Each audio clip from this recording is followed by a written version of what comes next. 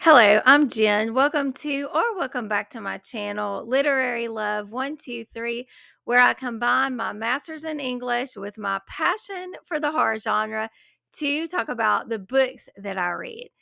Today's video is a vlog. I am kicking this vlog off. This is Sunday, December 1st. And this vlog, as you could tell from the title, I am going to be reading one of my most highly anticipated books of 2024, American Rapture by C J Leede. And let me tell you what this book is about. A virus is spreading across America, transforming the infected and making them feral with lust. Sophie, a good Catholic girl, must survive the hellscape of the Midwest to try to save her twin brother while the world around her burns. Along the way, she discovers there are far worse fates than dying a virgin. So, one of the reasons why I wanted to vlog my experience with American Rapture is because I have religious trauma. I grew up in a fundamentalist church, and I grew up entrenched in purity culture. So while I feel like this book can be possibly difficult for me to read, I also feel like it's going to be a cathartic and validating experience. So I decided to take you all along with me while I read it. But today I'm going to take you with me on a fun venture. My best friend and I are doing our annual December get together. We're going to exchange gifts. We're going to go to brunch and we're going to do some shopping. So I will take you along there and I will check back in with you later after I've read some of American Rapture.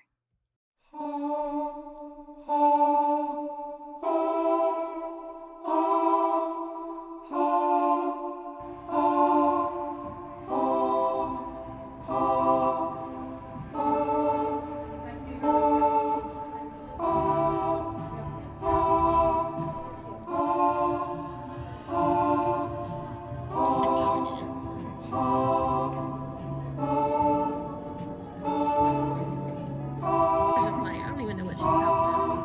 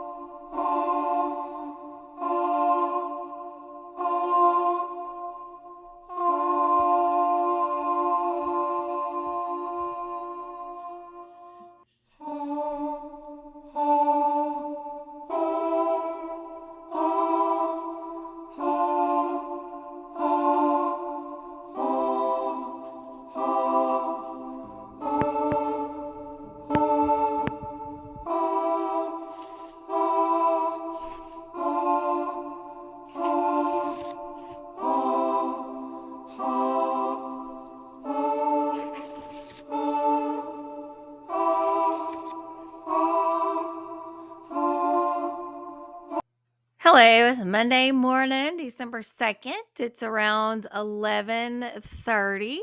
Yesterday, as you could see from the footage, my best friend and I did our annual December get together.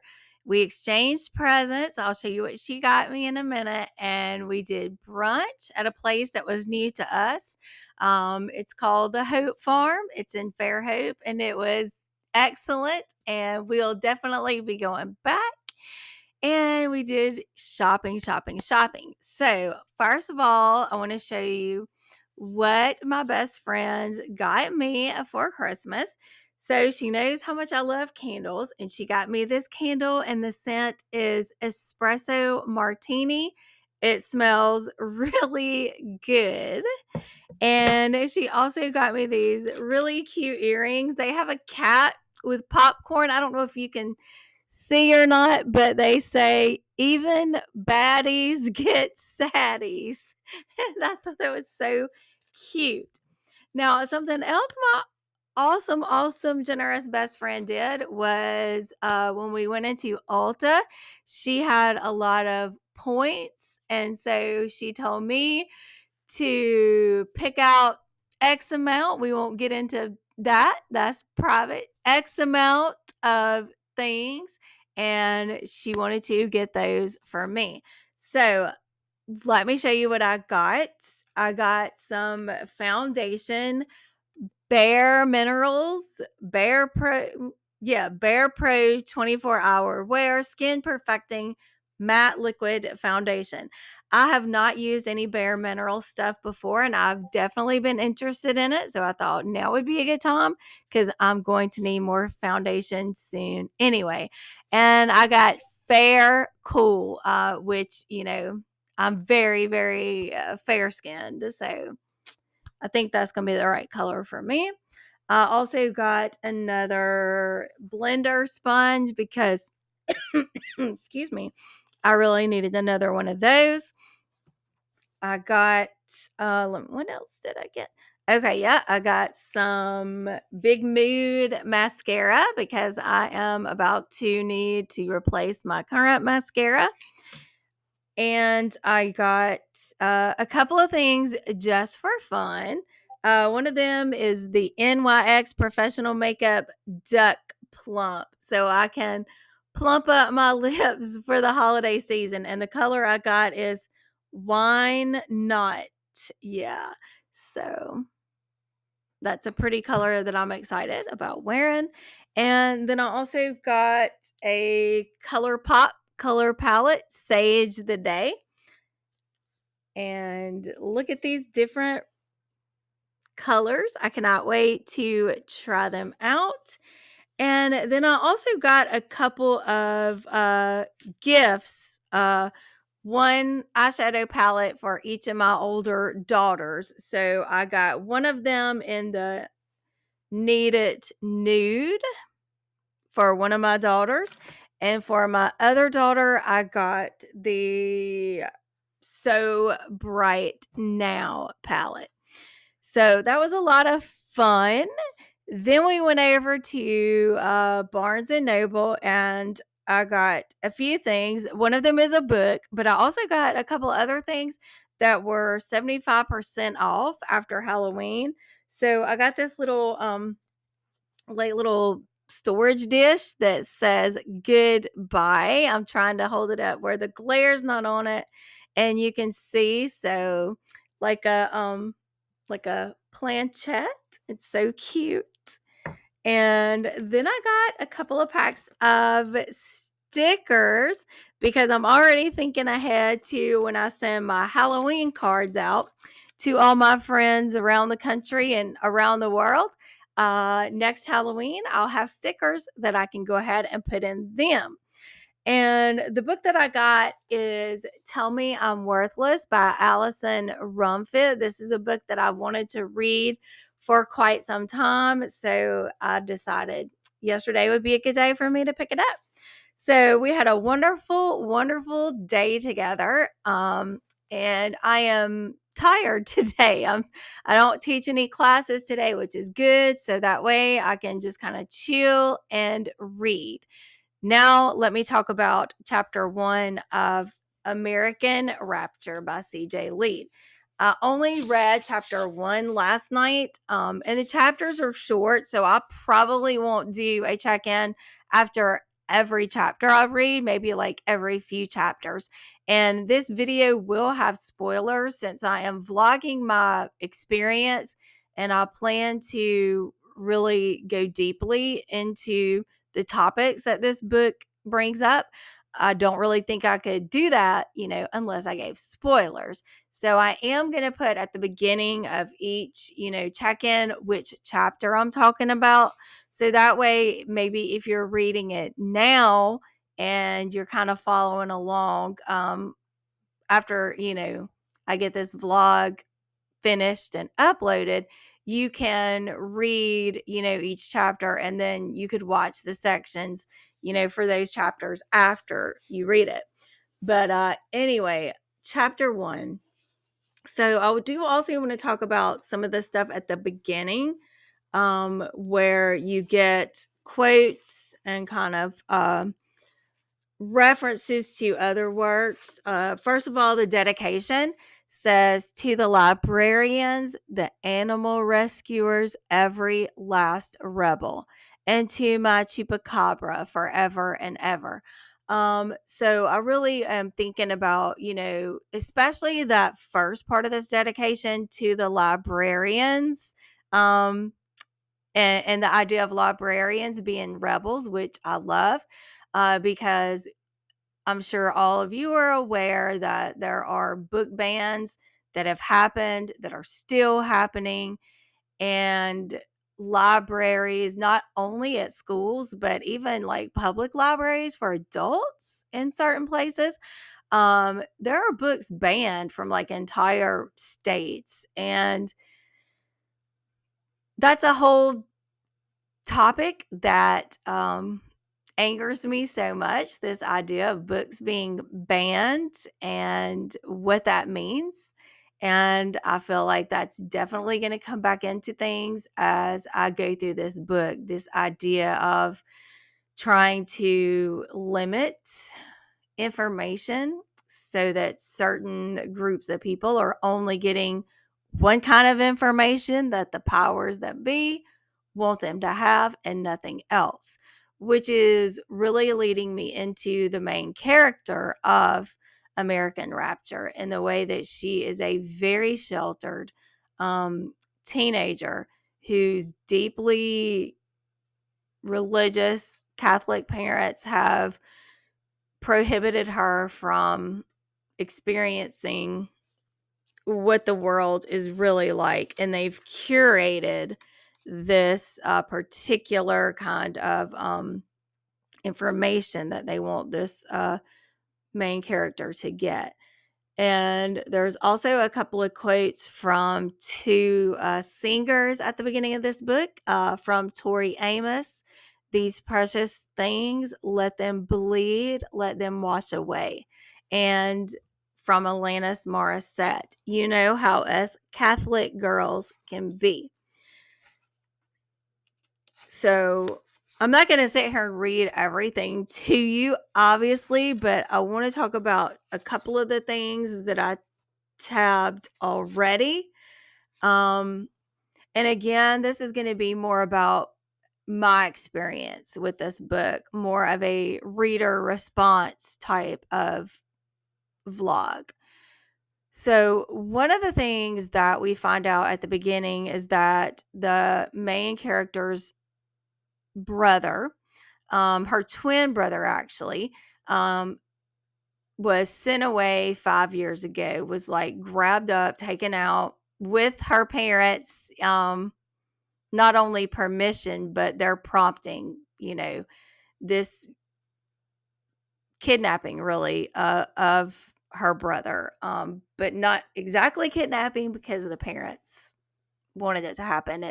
It reminds me of the horror stories that you hear about these super super religious parents sending their kids away to these reform type places, read abuse, okay, and just having them snatched from their beds in the middle of the night. So that happened to her brother 5 years ago when they were only 12.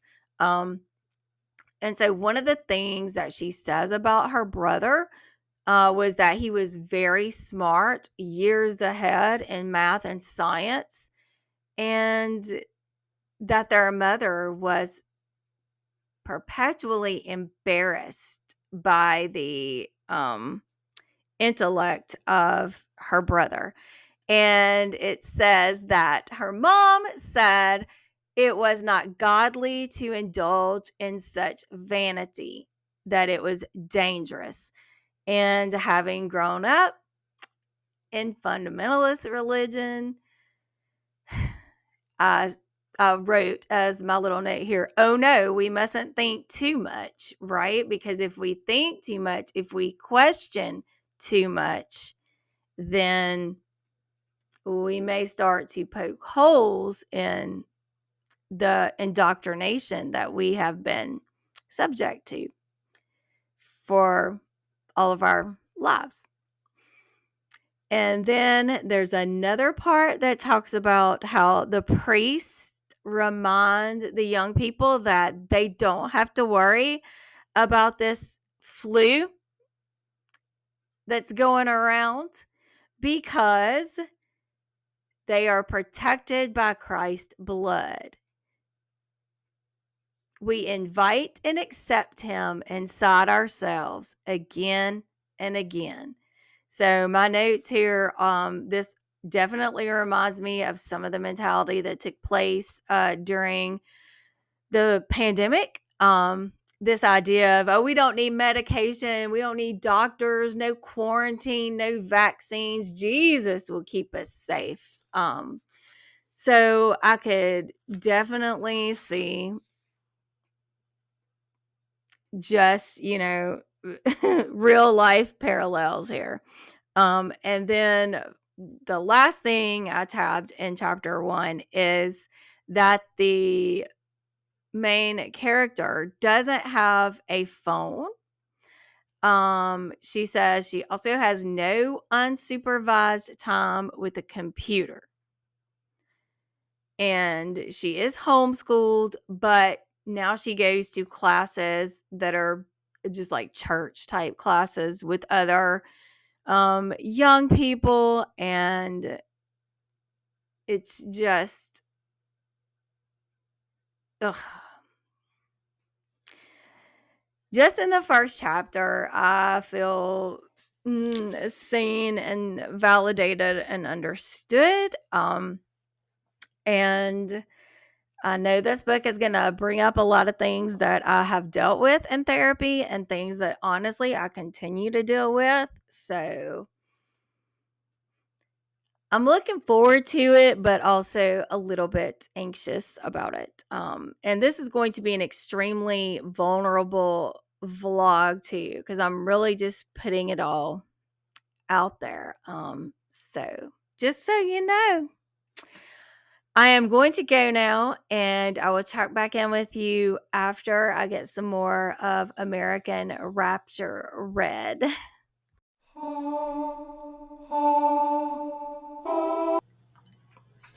Hello, it is day 3, Tuesday morning, around 7:45, 8 o'clock, something like that.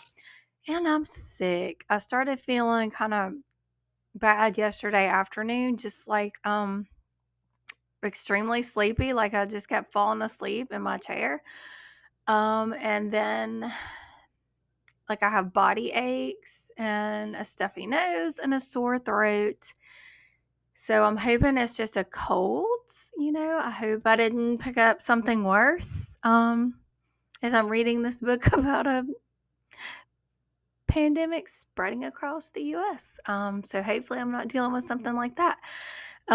So anyway, I only got 2 chapters read. Like I said, I kept falling asleep. I'm invested and enjoying the book, but you know how it is when you're sick and you just get very sleepy. But I want to talk about chapters 2 and 3. And so chapter 2 is titled Culvers. And here we get a glimpse into main character Sophie's day at school. She does go to an all-girls school at the church. As I mentioned before, she's been homeschooled, and now she does some classes at the church. And she is a little bit late getting there, and she mentions how one of the sisters does not like tardy students. And she also realizes that when she was supposed to be bringing her Bible to class, that she accidentally put her hidden copy of Huxley's Brave New World in her bag. So she ends up having to share a Bible with another one of the students. And she mentions too how she has, this period, break, or this break between periods, theology and math, and she goes outside And she sees some of the other girls that are students in her school pull up into the parking lot with boys, and they've been in this truck, and she sees them kind of making out. And she talks about how, it kind of stirs some kind of feeling in her that she doesn't quite understand exactly. And a lot of that is because she has been very, very sheltered, as I mentioned before. And especially like on the topic of purity culture, you are indoctrinated to shut down any sort of natural human sexuality feelings that you have as someone who is coming into, their upper teenage and, a young adult years. And so you learn to squelch down those natural desires too. And that really goes right into chapter 3, which is titled The Talk. It's mentioned at the beginning of the book that she's going to have to get some new uniforms, and she doesn't really understand why, because they don't even have any full length mirrors in their house. So she really doesn't know what her body looks like. So she kind of feels that she's still very much a child, and she doesn't realize that now at the age of 17, that her body has changed and is becoming, more that of a woman versus a child. And so her mother takes her shopping for new uniforms.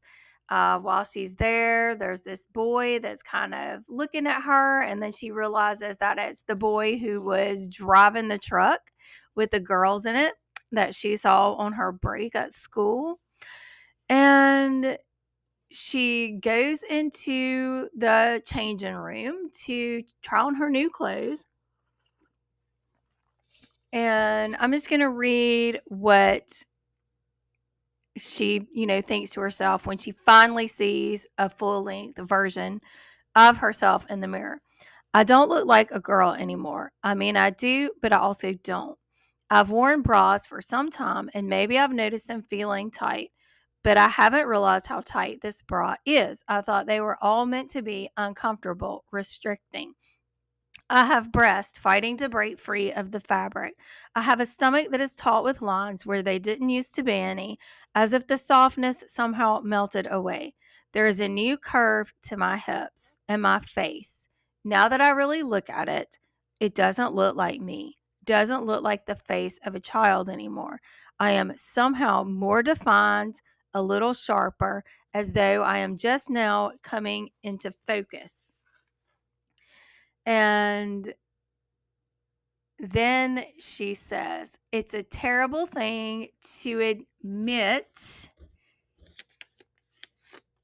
a sin within itself, but I am sparing nothing in this account, so here it is. Somehow, while I've been looking the other way, while I have been waiting for time to run its course, for life to present me with anything worth pursuing, my body and my face and my whole outward self has turned into something not extraordinary, but maybe not ordinary either. I understand why I'm here. Okay, and here we go with just some of the most damning evidence against purity culture. Beauty is dangerous. It is temptation and sin. Something to be hidden and pretended away for safety, for propriety, for the grace of God. Women's beauty draws the darkness. It is the darkness. You have no idea unless you've been indoctrinated in that kind of purity culture where the woman is equated with sin. Her body is a source of shame. Her body, I heard this so many times, you don't want to show too much of your body, and then you will be a stumbling block for your brothers in Christ.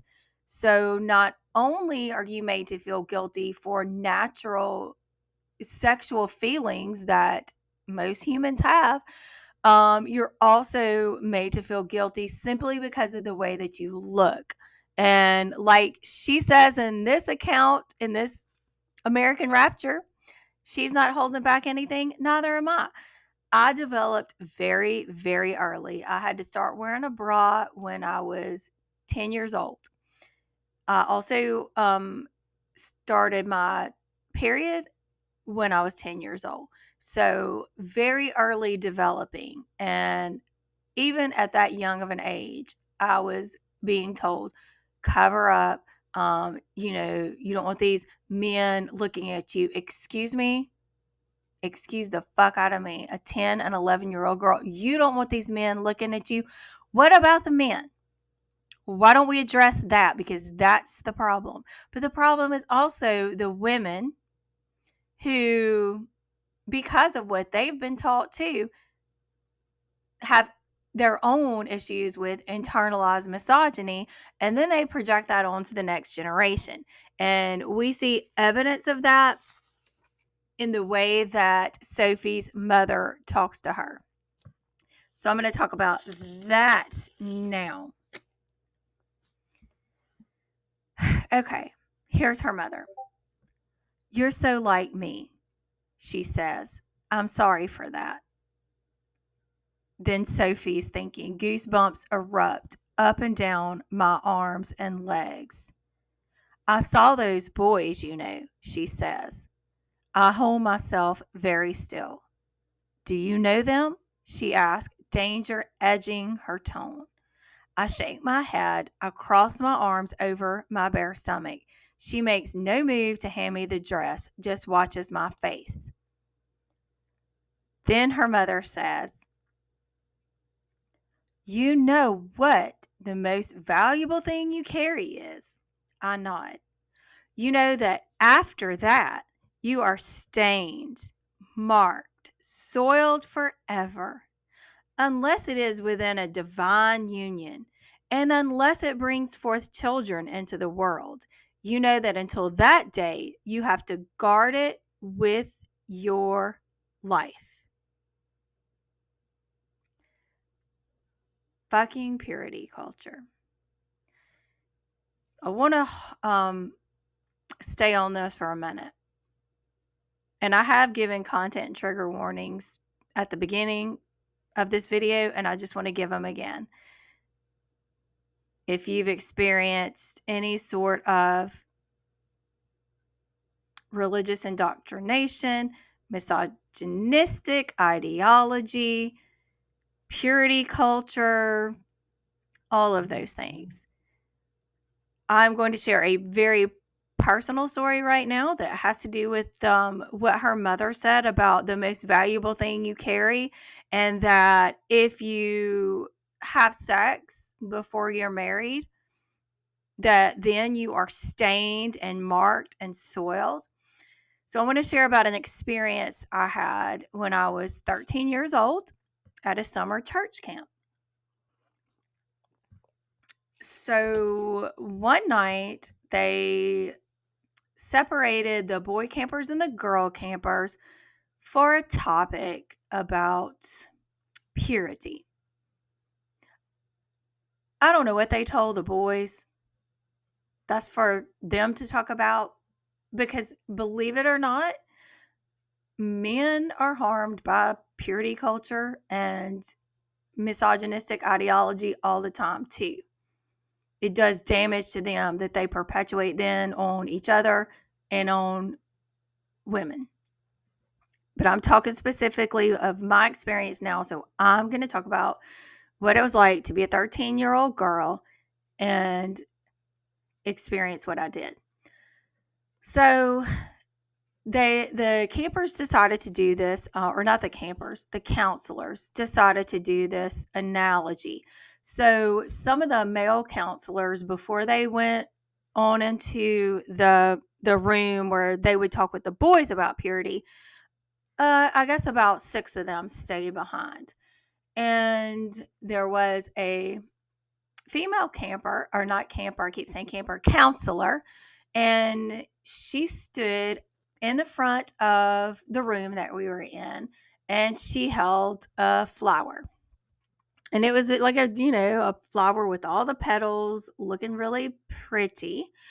And then, like, the 6 male counselors stood in a circle around her, and each of them went and, like, plucked some of the petals from the flower. I'm sorry.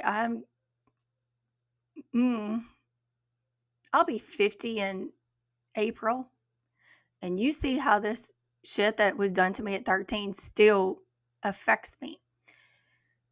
Anyway, each of these male counselors went and plucked petals from the flower so that it ended up with no petals. And then they kind of stood off, like 3 on one side of her, 3 on the other.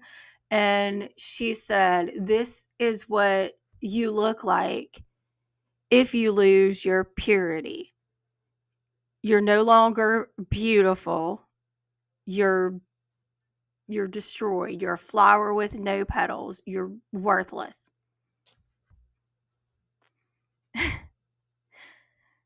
So, lest anyone read American Rapture and think some of this stuff is over the top and doesn't happen, it happens. It happens. And I have spent years in therapy and on medication, which I am diagnosed with major depressive disorder. Yes, there's chemical stuff in my brain, but a lot of this traces back to these type of things that I experienced and what I thought about myself. And the damage lingers. It lingers. And I got out of it. I am and have been for several years an atheist, which is not something I really talk about a lot on my channel, but some people don't get out of this. Some people don't undo any of the damage. And then they continue to perpetuate it. Her mother also talks about, and I'm not going to into details about this, when her mother was a young woman, like a very young woman, maybe 19, 20, she was graped. I hate saying it that way, but you know what I'm saying, by an older man in the home of a couple she was living with while she was in college. And of course, she blamed herself.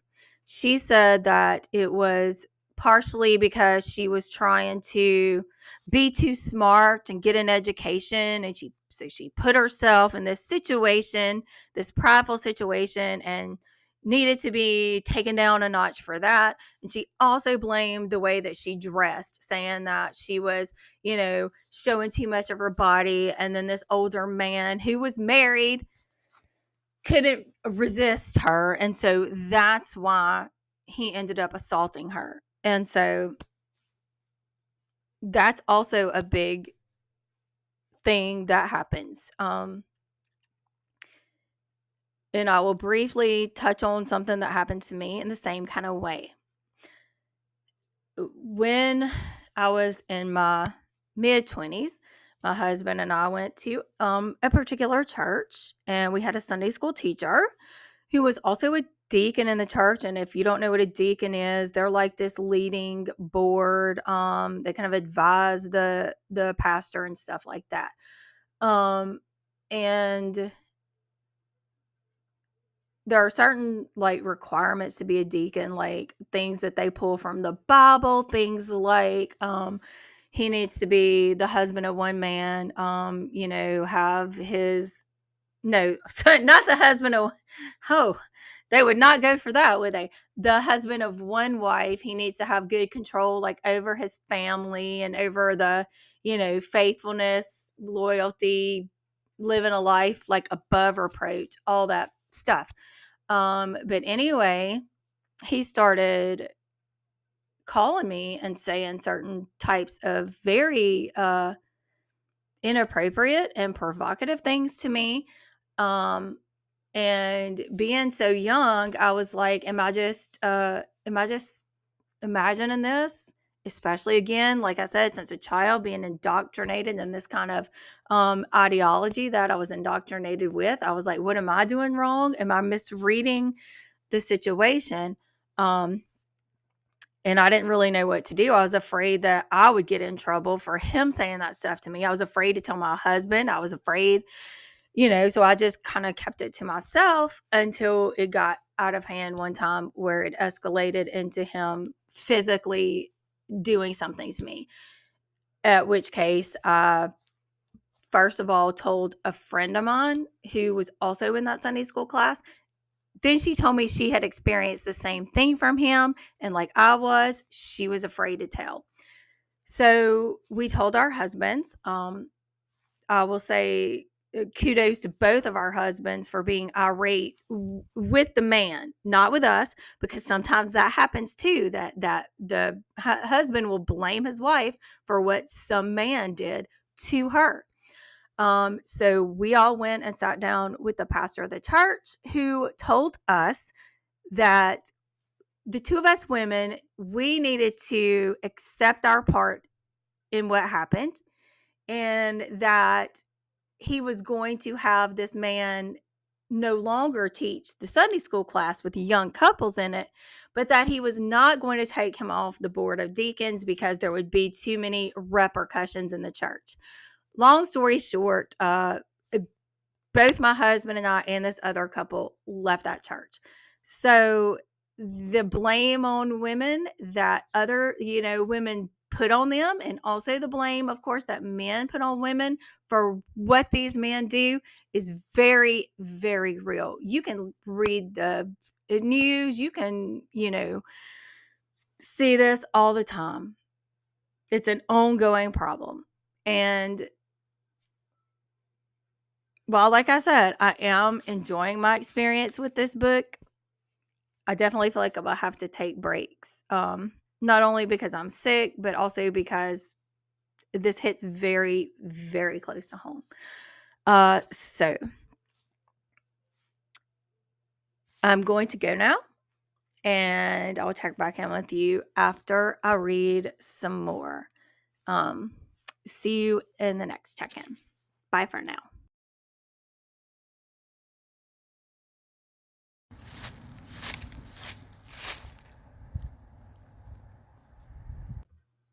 Hello, it's Thursday morning around 9 o'clock. I did not check in yesterday because I was not feeling well.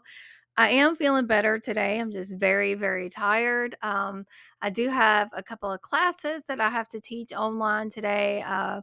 The final meeting for one of my Greek and Roman mythology classes, and then the first meeting of a 2-week class that I teach about the European witch trials.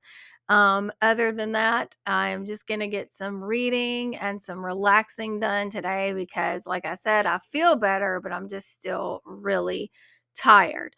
So I do want to talk about something briefly about holiday treats before I talk about chapters 4 through 8 in American Rapture.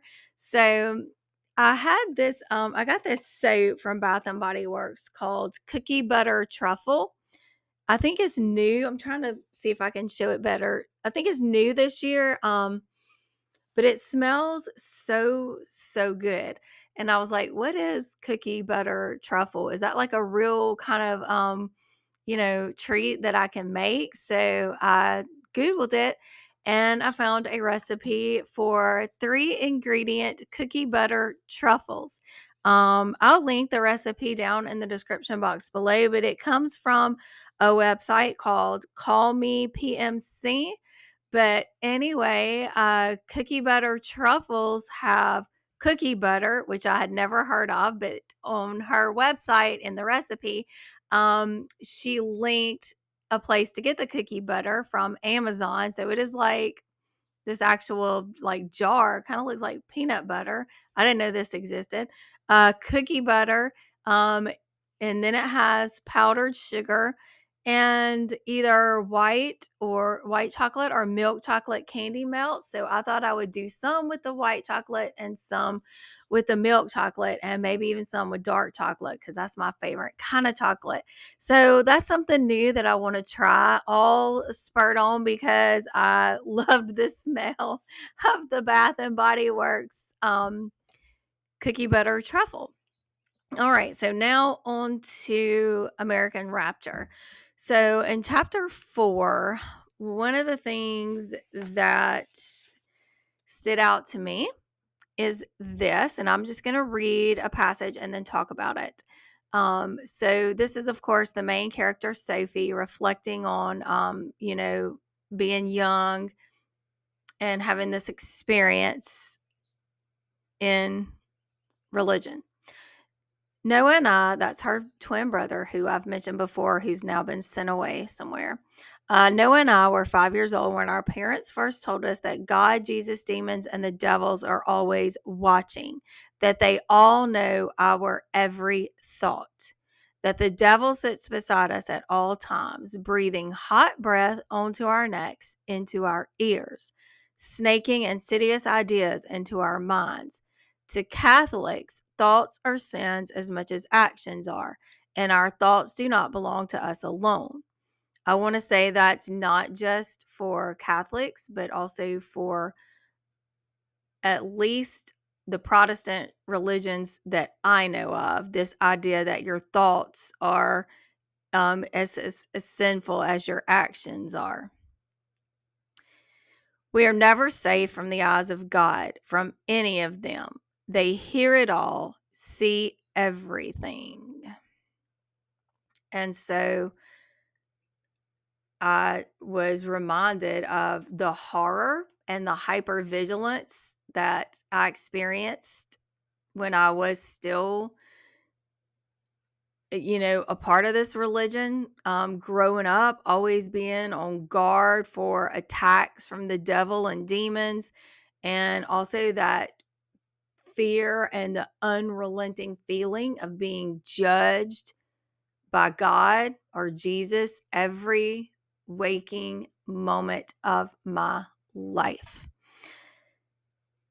Then there was another one where she talks about this idea of singing songs, even as a child, from the perspective of Jesus.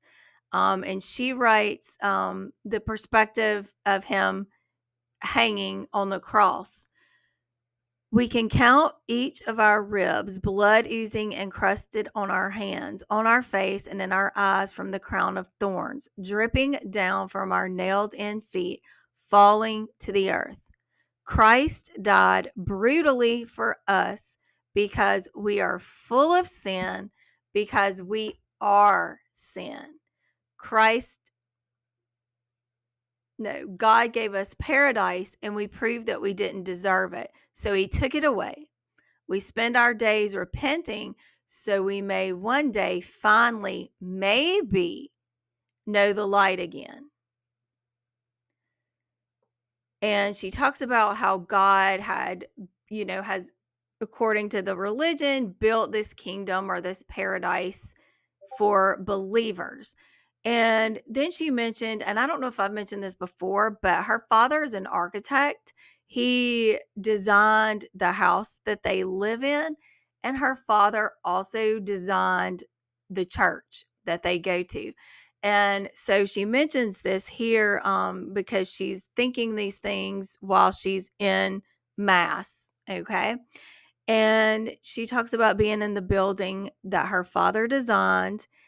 And she says, no sound in this world as utterly beautiful and terrifying as an organ, dirge, and choir echoing through a Catholic church. But something I thought about as Sophie is sitting in this church ruled by patriarchal religious ideology, that the church also was literally designed by her father, patriarch, right? And the house that Sophie lives in was also designed by her architect father. So that to me is symbolic of the figurative nature of patriarchy, right? And then the very literal nature that it is enveloping Sophie in every aspect of her life, in her home that her father designed, in her church that her father literally designed, but that was also designed to control. Not only control women, but in particular, in a lot of ways, because of purity culture and because of the way that women are treated, very much designed to make women subservient. And then she talks about how, let me take my little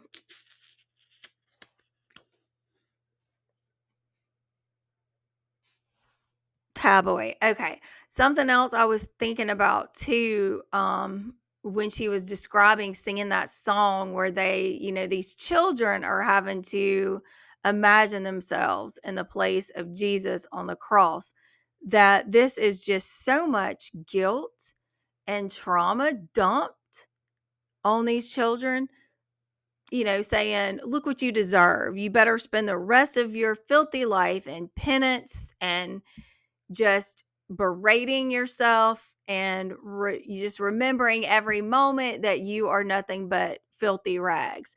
And that is damaging, obviously, right?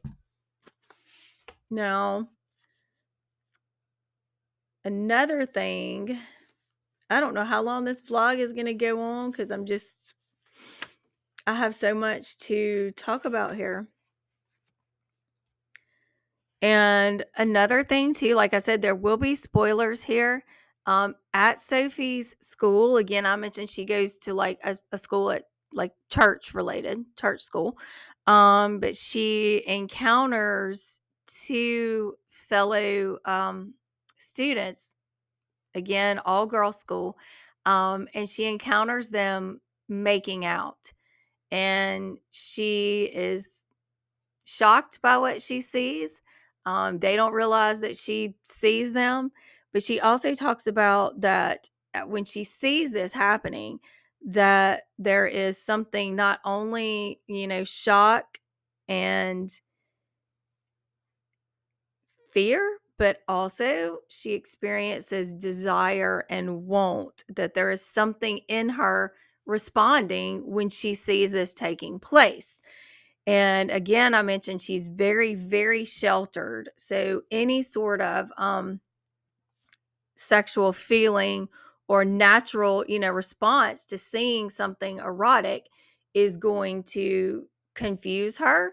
And so she experiences that. But at the same time, like I said, she also feels that natural desire, like you do. All right. So another point that I wanted to talk about is after she sees this happening, she begins to get more curious about her own body. And so she starts to do some exploring of her body. And when she does, she imagines that she hears this hissing in her ear and sulfur on her tongue.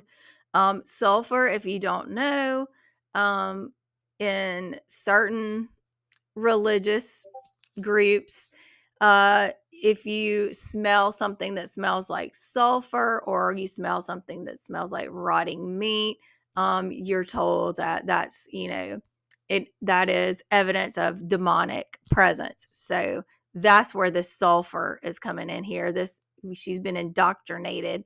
So just by doing something, again, normal, exploring her body, she feels that guilt, right? And she says, a forked, hissing tongue. God is not the only one watching. So again, that idea that the devil is like right there, right? Just waiting, just whispering in your ear, trying to make you do stuff. And then she kind of repeats this stuff to herself. Our duty as women, temptation, we must not, right? So she's got the guilt piling on her and the fear too. Then we also, this section starts digging in deep to the way that the fear of Satan is just pummeled into the heads of young people. So she says here that she couldn't ignore what she was told every day. The images stained in glass and etched into every page of every book, hellfire, skin burning, bubbling in boils and blisters, melting from our body every second for eternity. Creatures with long, jagged teeth and tongues, wide eyes and horns doing unimaginable things. So that threat that is thrown out there at you in religion here, that if you don't repent, that if you don't follow Jesus, then you will be burning in hell for eternity. So there is that crippling fear of eternal suffering to keep you in line, right? And that, as you can well imagine, does an incredible amount of damage to a person, really a person of any age, but especially when you start hearing this stuff as a very young child. We also find out, which it was kind of implied, you could kind of figure it out, the reason her brother was sent away. Her parents found out that he had a certain kind of magazine um, with a couple of shirtless men on the cover kissing. And so once her parents saw that, they call the priest and he is taken out in the middle of the night. Um, and we get a pretty dramatic description of that event taking place. So now we know, exactly why her brother's been sent away. And I just wanted to bring a little light because this book is very obviously heavy, but she talks about how much she loves going to the library, and her mother gives her a list of books that she goes in to get, and she's only supposed to get exactly the books on the list, but the librarian talks to her and she says, I have a book recommendation for you. And Sophie's like, well, I'm only allowed to get the books on the list. And the librarian is like, well, if you won't tell, neither will I. So she gives books to Sophie that allow Sophie to be able to experience things outside of indoctrinated, religious text. And I just put for their librarians are the real heroes. And that's something I talked about at the beginning, where one of the, parts of the dedication that C J Leede does for this book is to dedicate it to librarians who are part of the rebels out there, right? And I just appreciated that. And she's also like the young man, one of the young men that she saw driving the truck, that I mentioned in an earlier check-in, that was driving other girls back to the school where she is. She saw him again when she was trying on clothes, and now she sees the young man again in the library and finds out from him that the librarian that Sophie has grown to love so much is actually his mother. His name is Ben, and I feel like he's going to be a prominent figure within the story because there's some attraction going on between the two of them. And that is all I have for now. As I said, I'm just kind of very much giving you, as I go, kind of insights into my experience with this book. And I am going to go now and get ready to teach, and I'll see you in my next check-in. So bye for now.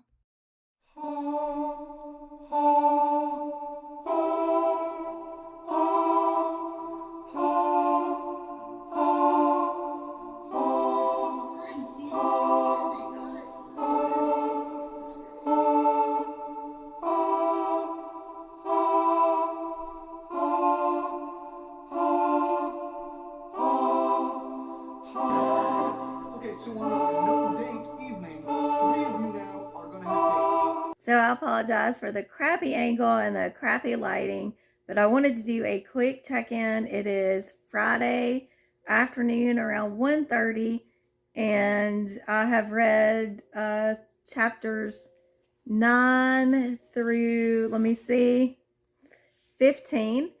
And I didn't tab as many things, but the action is really starting to pick up. We are seeing the real intensity of this virus that has taken hold.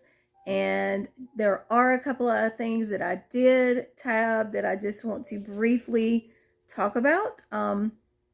And this isn't about the virus per se.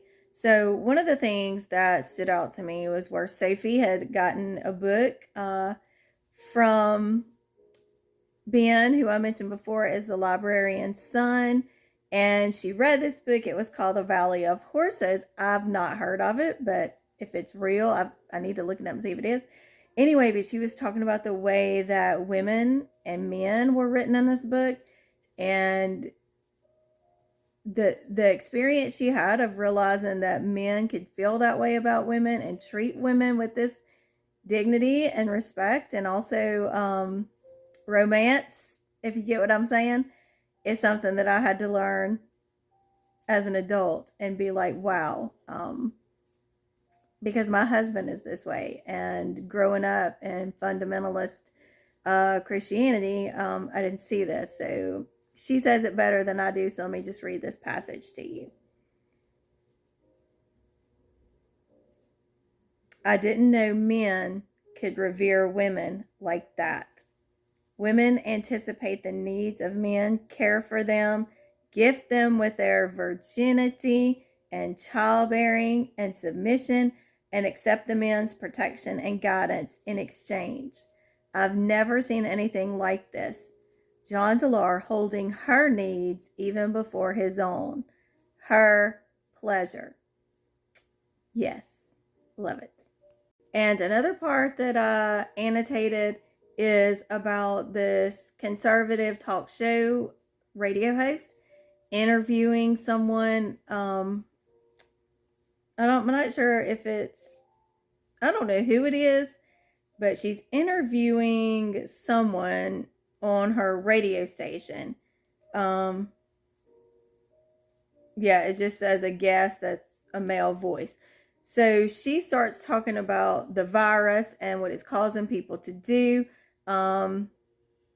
jumping from person to person, taking over people's bodies, possessing them, making them fornicate in public places outside of sacred unions, compelling them to commit, you know what, grape, you know what I'm saying, and all manner of immoral acts. We're clearly looking at a situation that's either demonic or angelic, and either way, the sinners are going to pay. It's pretty simple. And then this radio host goes on to say, all I'm saying is maybe it's time. Christians are getting tired. I'm tired of it. The whole nation is tired. And why? Because we've abandoned our values. We've lost everything that we were founded on. We're a nation of baby killers, perverts, idolaters, and something is happening here. So that sounds like something you would hear from certain groups of right-wing conservative evangelicals. This idea of this is some kind of punishment from God, and now these sinners are getting what they deserve. So even though this is fictional, obviously you're definitely still getting these threads of reality and the way that certain people would respond to something like this. That's all I got to say for now. I am trying to read and rest a little bit. Today is my husband's and my 27th wedding anniversary. We have his Christmas work party tonight, and then tomorrow we are going to get massages to celebrate our anniversary and have some, dinner out and stuff like that. So I'm very thankful to one of my husband's coworkers who works in a different department. So she's not part of the party tonight. She's keeping our youngest for us tonight so we can go and do this. And then one of my older daughters and her fiance are keeping my youngest daughter tomorrow. So my husband and I can go celebrate our anniversary tomorrow. So I'll take you with me to the party and show you what I get up to. Not during my massage. Nobody gonna be on there but me and my masseuse. But I'll show you what else we do tomorrow and check back in with you after all of that. So bye for now.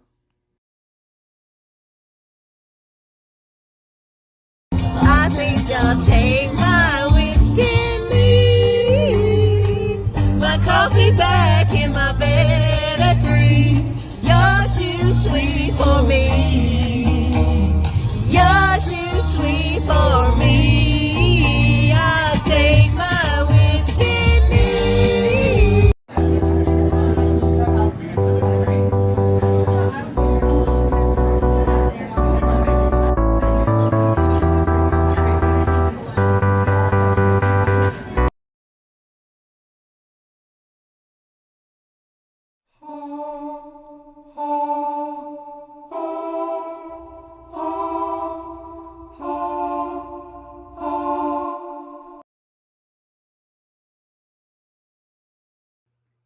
Hello, it's Monday morning around 10 o'clock, and I am checking back in to talk about chapters 16 through 19 of American Rapture.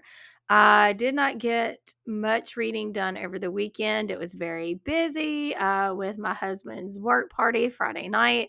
And then the day that we spent Saturday celebrating our anniversary, the massages were absolute heaven. We're going back again next month for more massages.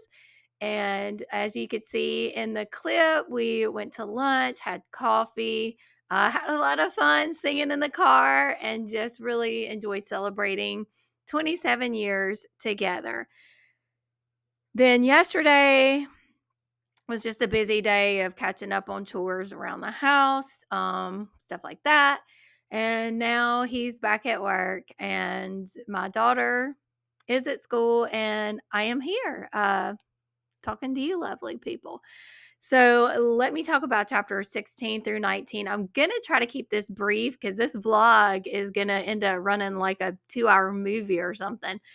But the action, as I mentioned in the previous check-in, is really starting to pick up. Sophie, she's now traveling with a police officer who is he's a younger police officer, and I get why some people might think it's problematic, but she Sophie is noticing how attractive he is and starting to feel some kind of feelings, which yeah, she's a teenager and he's an adult, but that's normal. You get these feelings sometimes, right? And there is absolutely no indication at this point that this police officer has any sort of thoughts about her like that at all. He's thinking of her more like someone he needs to protect and take care of because of this virus that's raging.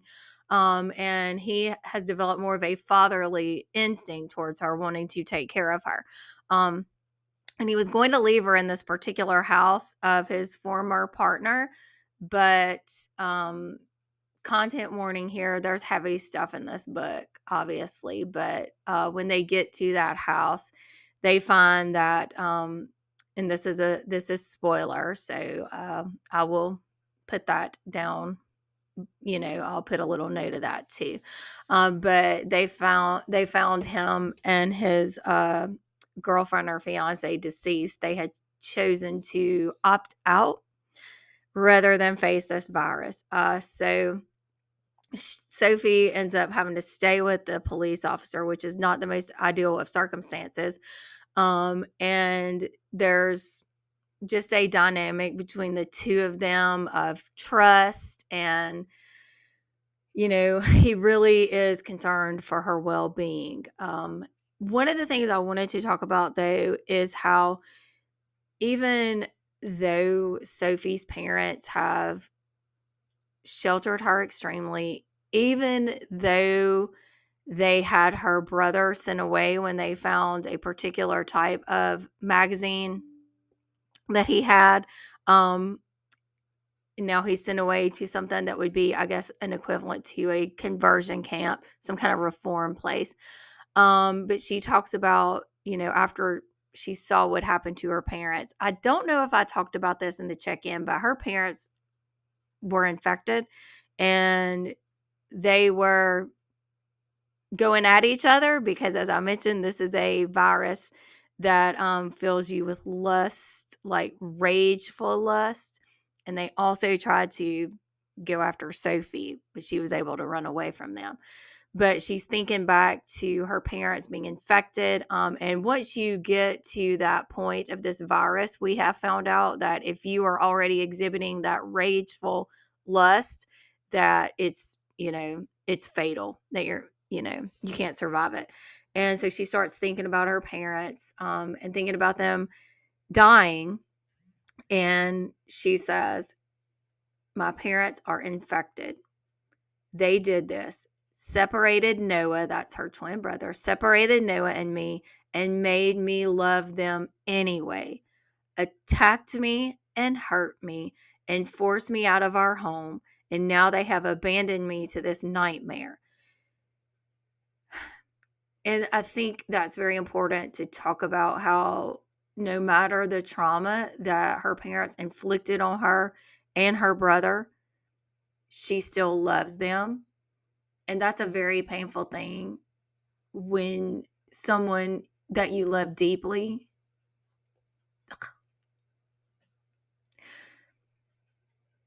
hurts you in such a deep and profound way, but you still love them, even if cut certain people out of your lives, like toxic family members. It doesn't mean that you are necessarily going to stop loving them. And that's very painful.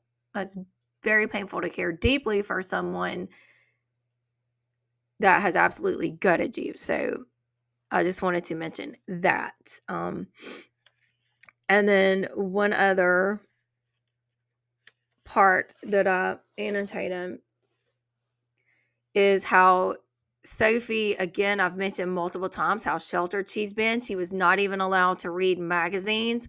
And that was even before her parents found her brother's magazine with two men on the cover, because her parents didn't want her, absorbing the things of the world and all that kind of common stuff that you find growing up in fundamental, Christian kind of upbringings. But she talks about looking at this magazine and she says, I've never been allowed to read these. Of course not, especially after what happened with Noah. And she talks about how she sees, the women in bikinis and the men without their shirts and just all of these things that we see all the time. But to her, she's just like in this culture shock of finding all this stuff and seeing all these things that she never did before. So at this point where I am, she and the police officer, Maro is his name. So I guess I could start calling him Maro. I guess that's how you would say it, Maro, because it's not Mario, because there's no I. But they are still together, trying to stay safe. They've had a very close encounter, and something I have to keep looking at my phone because I'm waiting to hear back on something important. But they there's a really disgusting part too where Sophie goes into a men's restroom and there might be a certain substance all over the floor that she keeps trying to tell herself is soap. It's not soap. Yeah, it's not soap. And so there is a lot of heavy content as far as like icky stuff like that, but also the very heavy, like the trauma from fundamentalist upbringing, from a virus that is killing people that you care about, and a virus that makes people sexually aggressive. We have had some scenes of not the actual act of it taking place, but almost taking place, sexual assaults, and the almost taking place details are, I mean, they're not super graphic, but they're still disturbing. So just keep that in mind. And again, I'm not even halfway through the book, so all of that could change, but I'll let you know. I am going to go now and I will check back in with you later. Bye.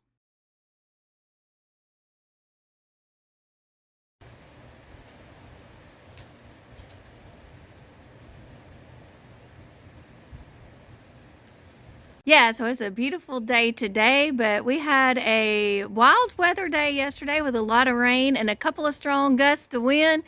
And that is the umbrella off my patio table that blew up on the roof. Yeah, but it's a beautiful day today. Hello, it's Thursday, December 11th, around 11 in the morning, and I did not check in yesterday because I had a lot of things going on around here. And as you saw in the clip, we had some wild weather that got quite windy, and my patio table umbrella ended up on my roof. So yeah, but it's so pretty today. It's nice and cold, pretty clear blue sky. So that's a good thing about today. And I finished American Rapture a little while ago.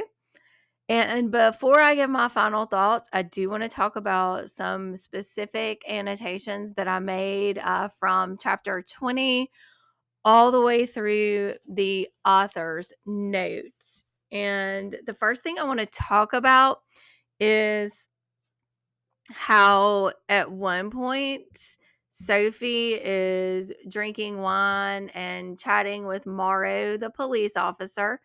And she says, I know I should feel guilty, or she doesn't say it out loud. This is, her internal, thoughts going on.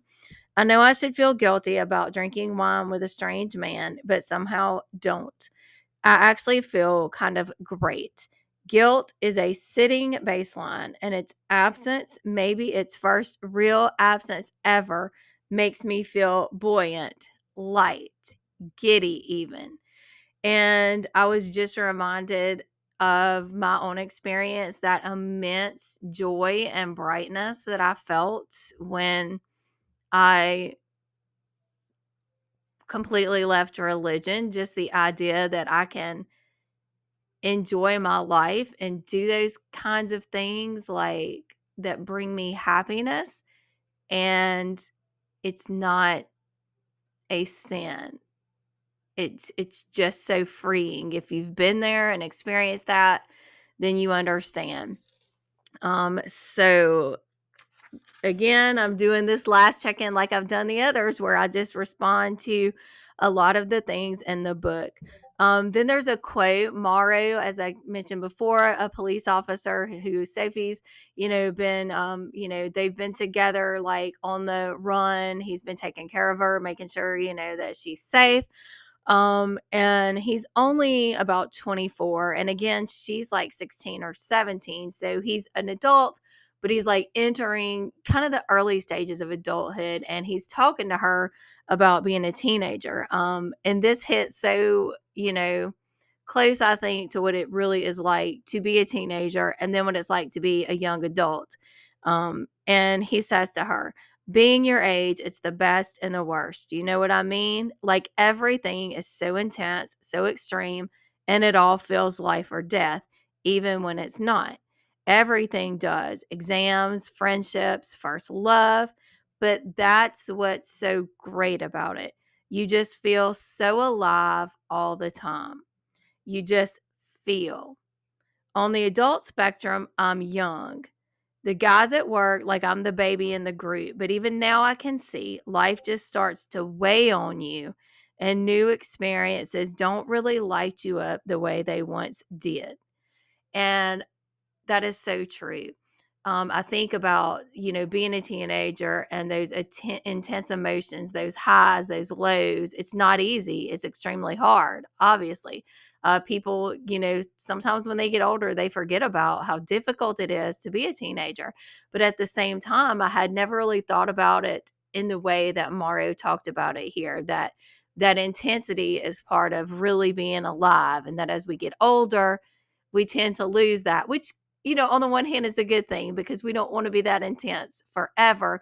But then there are some things that we should still hold on to, that joy of new experiences. So that's something that stuck out to me in that quote.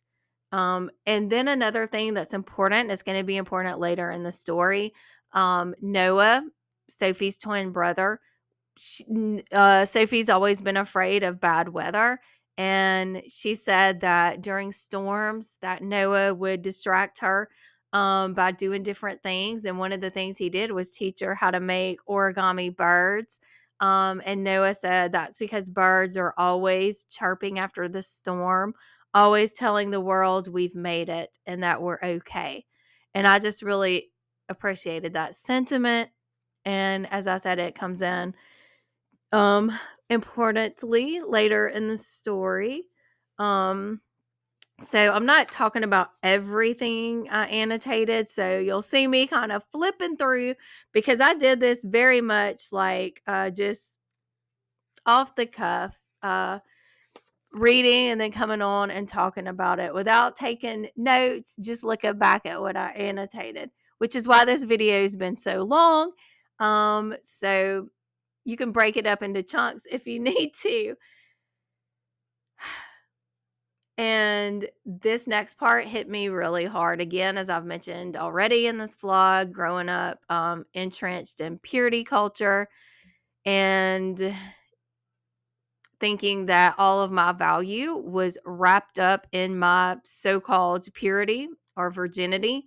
One of the things that Sophie reflects on is that she's having to sign this form whenever she and Maro and a few of the other people that she's been, traveling with, and in this little group of survivors, they enter into this like vaccination center, and they have to sign a form. And so she has to sign this form to agree to abstain from fluid sharing. Um, and she says, I signed the form, or thinks, again, I keep saying says, but you know what I mean.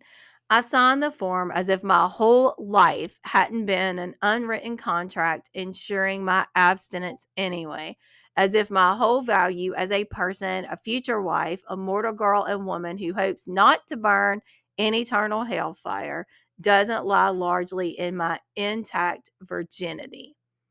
So, yeah, that hit me really hard there.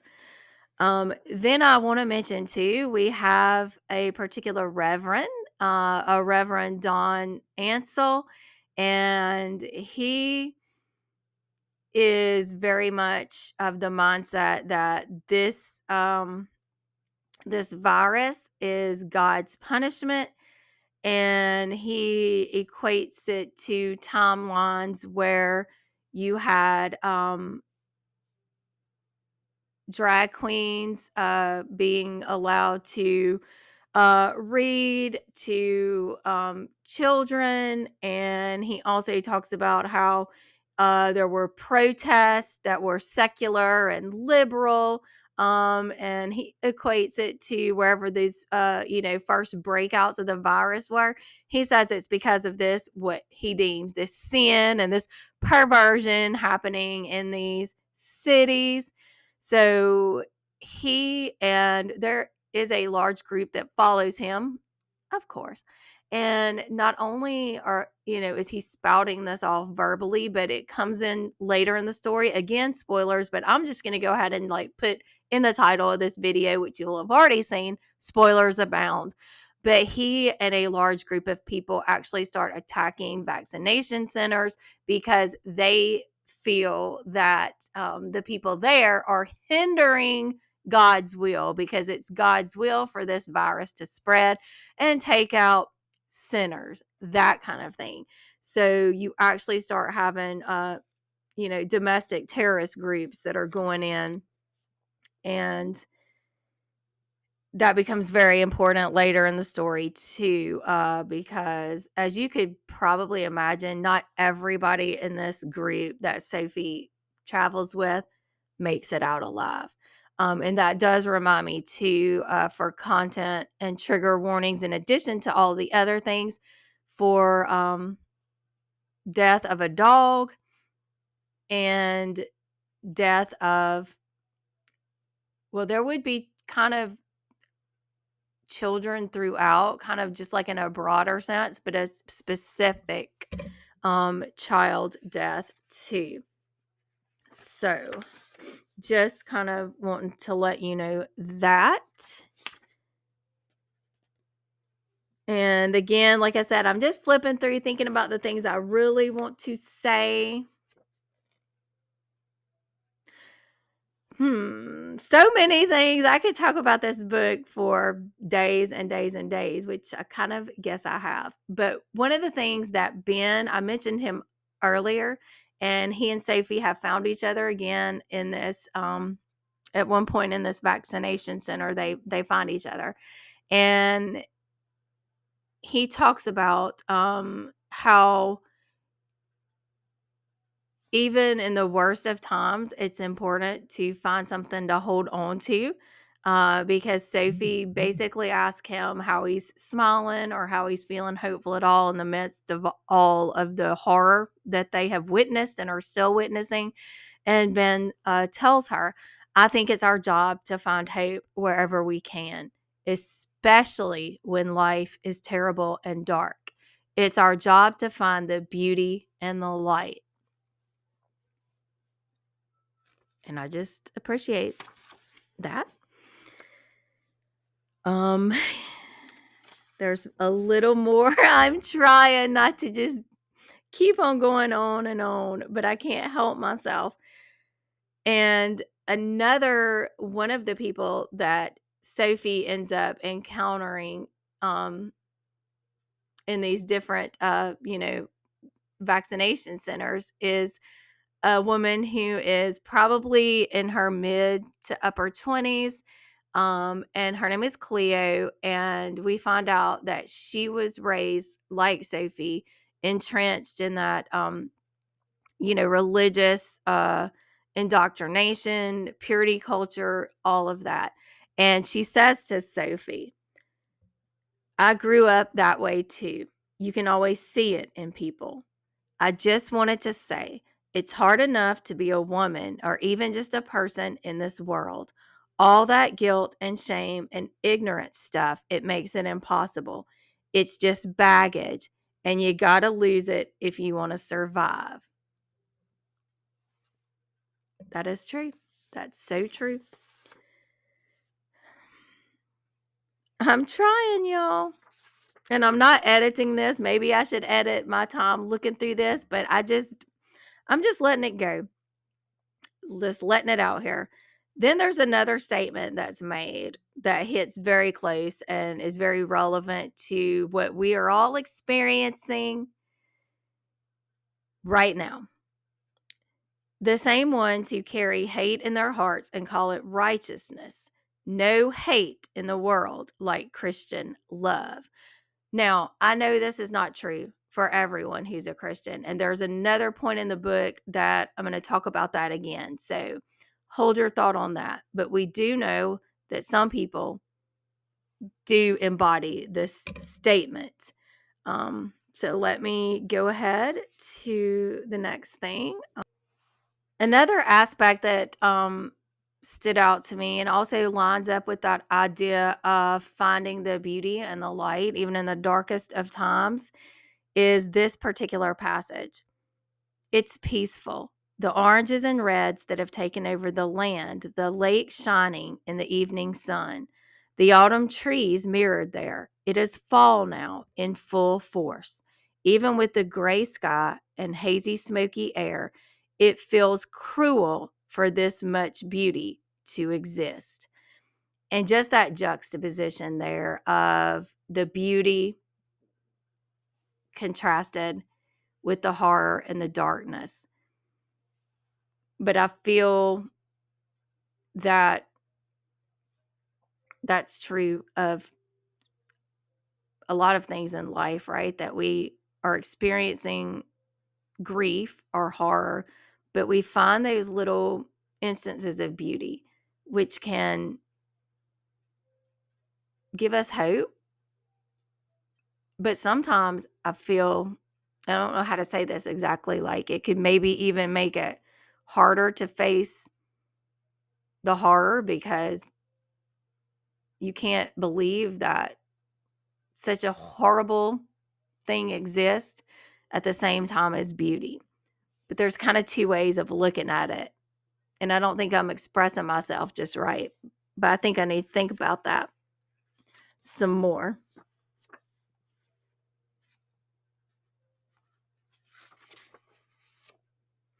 Another one of my favorite quotes is the following: I am changed, I am new, and in the darkest darkness of my life, we stand in lethal color. I really love that quote.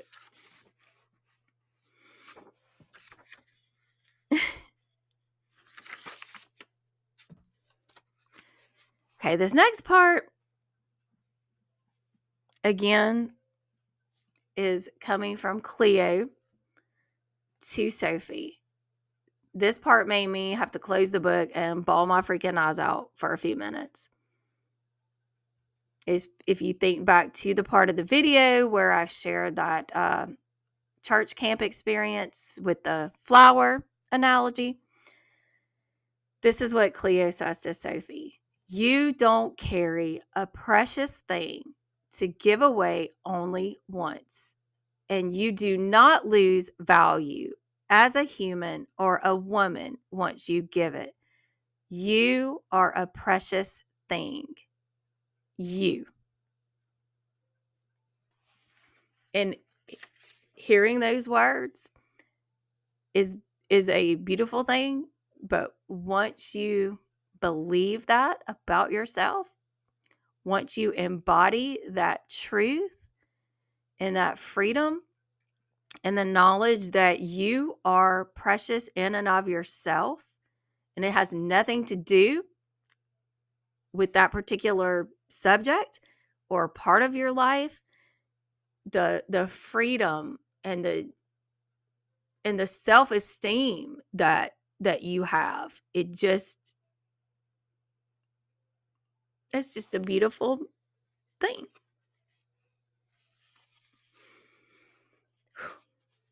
Okay. But this is another thing that I told you I wanted to talk about. Eventually, Sophie and Ben, they end up at this large Catholic, like, I don't know if it's exactly a monastery, but there's also like the place where mass is held. So there's a lot of different places in this particular it's called I can't remember exactly, but like the church on the hill or hill church, something like that. It's probably a real place, but I'm not familiar with Wisconsin in that area, so I don't know. But there they encounter um a monk who has done everything that he can do to try to keep people safe. So this is what I was talking about. The other side of religious people in a positive way. So it's not, this book is not saying that everyone is going to be like, every Christian or believer is going to be like Reverend Dawn Ansel. She also talks about, this type of, believer. And she says that in this, you have a whole congregation. Spoiler again, they've all passed away. But the monk had brought them in there and was trying to do what he could to protect everyone and to give people peace and comfort during this horrible, horrible time. And she says, the sun fills more of the sky. An early morning light streams in through the cathedral windows, illuminating swirling dust motes and the whole of the congregation. Still silent, we stand before them, the congregation of the dead. None of these people wearing red robes or setting anything aflame. I turn and look up at the cross. at a crucified man who was flesh and never was. All these people at my back, all of them came here to worship, to find safety, not to burn or hate. So it's important that the author recognized that not everyone is going to be hateful and trying to, you know, go around and enact what they think is God's vengeance on people. That you have true, people who really, look to their belief for comfort for themselves, but also comfort for others and to protect and to love. So she did put that example in there too. Um and then the last couple of things I want to talk about are the author's note. Now, in the author's note, she does talk about, the what happens to the dog in this novel and kind of how it relates to her own loss of her dog and her grappling with that extreme grief. And then a couple of other things that C J Leede, the author, says in this note that I wanted to share. It all feels very human and very small to confine and bind ourselves to anything that seeks to diminish us. This world and universe and existence is so expansive and evolving, and we choose to let ourselves be crippled by someone else's ideas.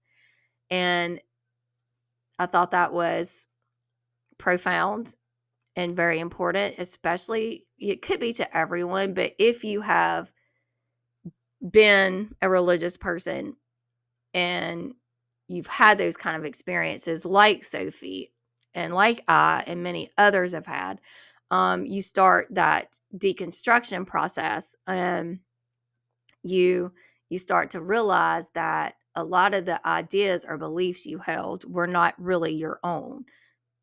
And then you discover what you believe. And then I like the quote she has about horror because people often ask, why would you read horror in the darkest and worst of times? Wouldn't you like to read something light and fluffy, which is fine if that's what people want to do. But horror is cathartic. Horror helps us confront the the terrors associated with life. And C J Leede says something similar. She says, horror looks darkness in the eyes. From choosing to look, choosing not to turn away from our embrace in the darkness, I hope that guilt and shame and any idea invented to hold you down in this glorious, nearly blinding existence will seem at the end of it very, very small. And that's the message I got.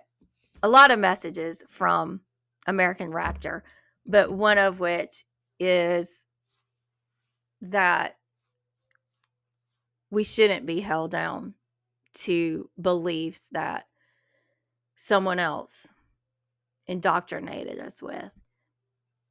That there are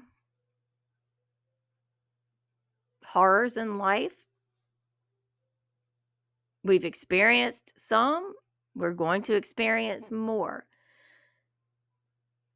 But there is hope and there is light. It's harder to find sometimes, but it's there. So, my rating for this book, 5 stars. It's not perfect. Some of the events seem a little too convenient, or like some of the coincidences that take place seem like they probably couldn't happen. But I'm okay with that because of how much the story means to me and what an important story it is, and the way that I don't know, it's a hard book to read, but It's one that has stuck with me, will stick with me, and one that I will be thinking about for a very long time. So, thank you so much for watching this very, very lengthy vlog. I would appreciate it if you would like it, this video, and if you would subscribe, hit that bell so we can keep talking about books.